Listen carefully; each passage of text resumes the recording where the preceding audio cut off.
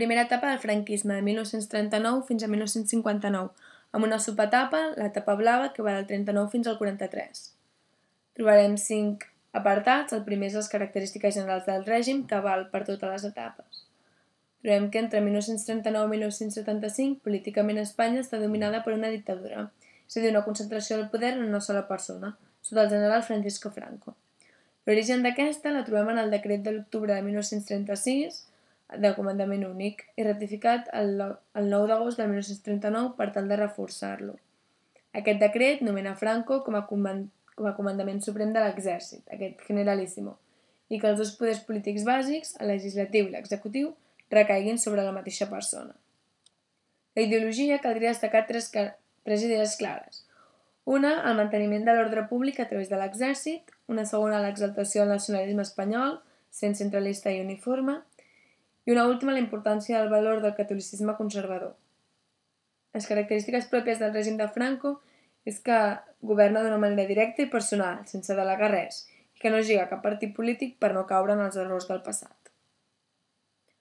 Les constants que defineix el sistema són que és contrària a la democràcia liberal i parlamentària, eliminant així els partits i els sindicats, a excepció del partit únic de la Falange Espanyola Tradicionalista i de les Jons, i elimina els principis liberals amb les llibertats individuals i col·lectives.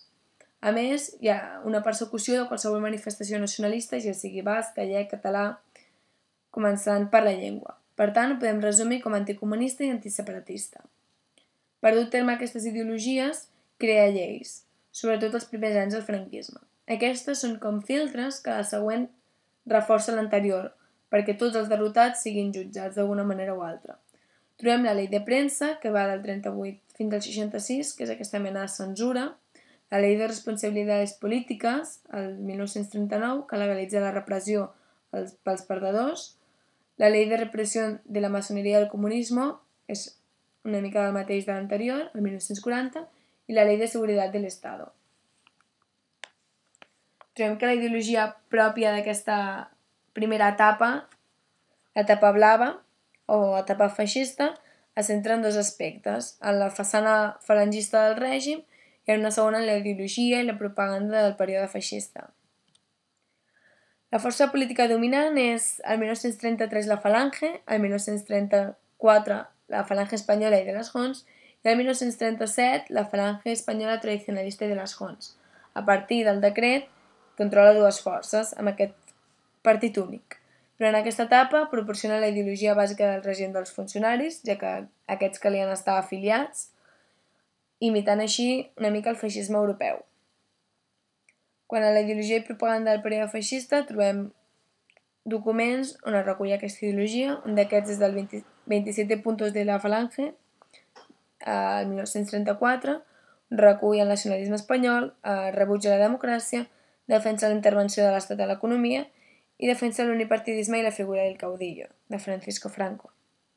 I l'altre és Fuero de Trabajo, el 1938, que és la còpia d'un document feixista de la Itàlia Mussolini, la Carta di Lavoro, que defensa un únic sindicat, eliminant tots els altres.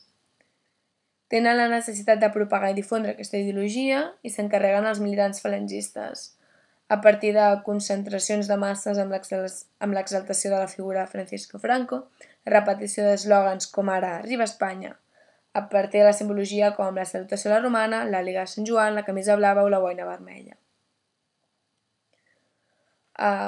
Aquest tercer apartat és el sistema de govern d'aquesta etapa.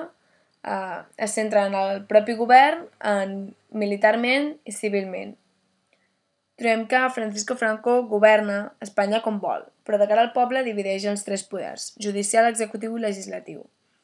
El judicial està format pels integrants del Tribunal Suprem, escollits pel mateix Franco. L'executiu està format pel mateix caudillo i el Consejo de Ministros, que són escollits per aquest. Aquests dos són la base, però després trobem algunes personalitats del partit escollits per Franco i anomenats Consejo Nacional FET i de les Jons, que tan sols tenen la funció d'assessorar i deliberar. En tercer lloc, el legislatiu és la mateixa base que l'executiu, però a partir de 1942 reobren les Corts i s'hi col·loquen els procuradors designats, Una part són escollits per Franco, una part pel Consejo Nacional Federal Hons i una part són militars i altres càrrecs civils importants. Aquests elaboren les lleis, tot i que l'última paraula, evidentment, la té el cabdill. Militarment, Espanya queda dividida en regions militars, 6 peninsulars i 2 insulars, amb un cap cada una anomenat capità general. Aquest disposa de l'aparell militar, que és la garantia del manteniment del règim. Catalunya forma part de la 4a regió militar. En quant al govern civil, Espanya es divideix en províncies. El cap d'aquestes províncies és el governador civil, que disposa de l'aparell policial i s'encarrega d'anomenar tots els càrrecs de l'Ajuntament i s'encarrega de totes les qüestions de la seva província. És nomenat pel ministre de Governació. Catalunya es divideix en 4 províncies, com avui en dia. La guerra civil que es va portar a terme a Barcelona dona molt de pes a la vigilància de Catalunya. També dintre del sistema de govern trobem la repressió i la política social. En quant a la repressió, trobem que segueix igual que durant la guerra, així que els protagonistes seran els tribunals militars. És una repressió duríssima, la repressió dels perdedors seguint dictant tot un seguit de lleis. Les sentències són a mort, aproximadament 30.000 persones fins a 1945, i a la presó. Les persones que havien tingut un càrrec públic republicà són investigats per les depuracions, i la major part són expulsats del col·legi professional on estaven. Aquí veiem una imatge d'aquestes depuracions. Al març de 1943 es promulga la Llei de Rebel·lió Militar, on qualsevol infracció d'ordre públic és jutjat pels tribunals militars. Catalunya fou una repressió molt dura, era titllada de rojo i separatista, com per exemple Lluís Companys, que era acusat de rebel·lió.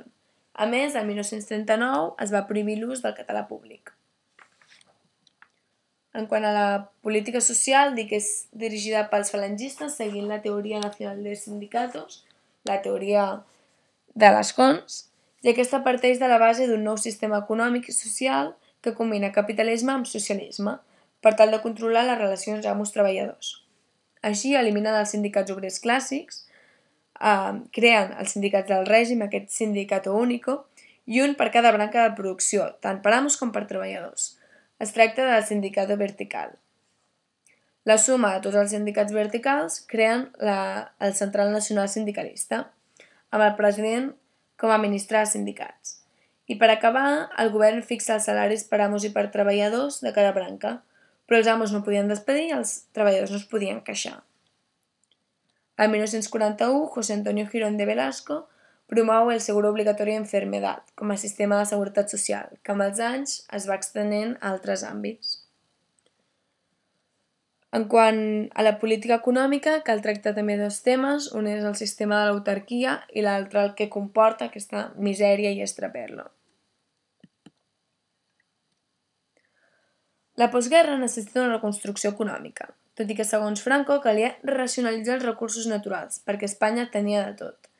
Segons el govern eren autosuficients i a partir d'un sistema d'autarquia que tracta de tancar les fronteres als intercanvis comercials, també a partir del control de l'economia per part de l'Estat que posa preus, sous, seguien una economia dirigida. Aquesta autosuficiència comporta uns resultats força negatius, perquè Espanya no té prou recursos autosuficients ni matèries, ni energia, pràcticament res. Aquests resultats comporten que la producció industrial i agrícola caigui en picat i comenci a haver-hi misèria i extraperlo.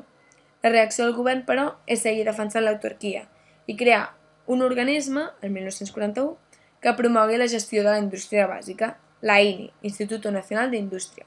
Tot i que durant aquesta etapa no té cap efecte, durant la següent té més repercussió. Però, per exemple, trobem que promouen indústries com la SEAT, Endesa, etc. La conseqüència d'aquesta misèria són que són pocs productes i a més de baixa qualitat, que juntament amb la baixa producció pugen els preus a partir d'un procés inflacionari. La reacció del govern és imposar un preu als productes de primera necessitat, autoritzats per l'Estat, per tal d'així evitar la inflació. Els productes bàsics, però, desapareixen del mercat normal i comencen a aparèixer en el mercat negre a un preu elevadíssim. I el govern, per poder garantir la distribució d'aquests productes a la població, per poder racionalitzar els aliments, el tabac, etc., fa l'ús de cartilles de racionament, com podem veure aquí de la tabacalera, i això comporta un aspecte negatiu, perquè amb les quantitats establertes no es podia sobreviure, així que seguien el mercat negre amb l'estraperlo dels extraperlistes. Quant a la política internacional, sí que caldrà esmentar les relacions que té amb Alemanya i Itàlia, amb els feixistes en general, i finalment la col·laboració que fa amb Alemanya durant aquesta Segona Guerra Mundial. Al setembre de 1939 comença la Segona Guerra Mundial amb la invasió a Polònia per part d'Alemanya, que reclamen a Franco que retorni el favor que van fer durant la Guerra Civil, tot i que acabaran adonant-se que Espanya no està preparada per aquesta misèria que viu, i al juny de 1940 ja s'unirà a Itàlia a la guerra. Espanya en un primer moment es manté neutral, sota el comandat de Juan Beitbeder com a ministre d'Assumptes Exteriors. Però quan Alemanya comença a guanyar es fa notar el seu caire feixista i fa una declaració de no bel·ligerants, posicionant-se a favor d'Alemanya i Itàlia. Tot i que farà el possible per participar, no se li permetrà gaire fer molts moviments. La col·laboració pròpia amb Alemanya serà sobretot quan a l'octubre de 1940 hi haurà un canvi de ministre. El nou ministre serà Ramon Serrano Suñer, un feixista convençut, que l'anomenen el cunyadíssimo, que era la mà dreta de Franco. Presideix el ministeri quan fan aquesta col·laboració. Al mateix mes hi ha una trobada a Franco que li reclama a Hitler les possessions de França a l'Àfrica, a una reunió que es fa en un vagó d'un tren a Hendaya, i Hitler li acabarà demanant que a canvi controli l'estret de Gibraltar. El 1941 Alemanya ataca la URSS, al front oriental, i Espanya participa enviant un cos de voluntaris anomenada la Divisió Azul, amb totes les despeses pagades pels alemanys, evidentment. Durant la tardor de l'any següent, la Triple Aliança comença a perdre la guerra i Espanya comença a distanciar-se. Ramon Serrano Suñer, l'anterior ministre, és destituït per Francisco Gómez Jordana, l'anomenat el Conde de Jordana. Finalment, l'octubre de 1943, Espanya declara la neutralitat i al desembre fa retornar la Divisió Azul.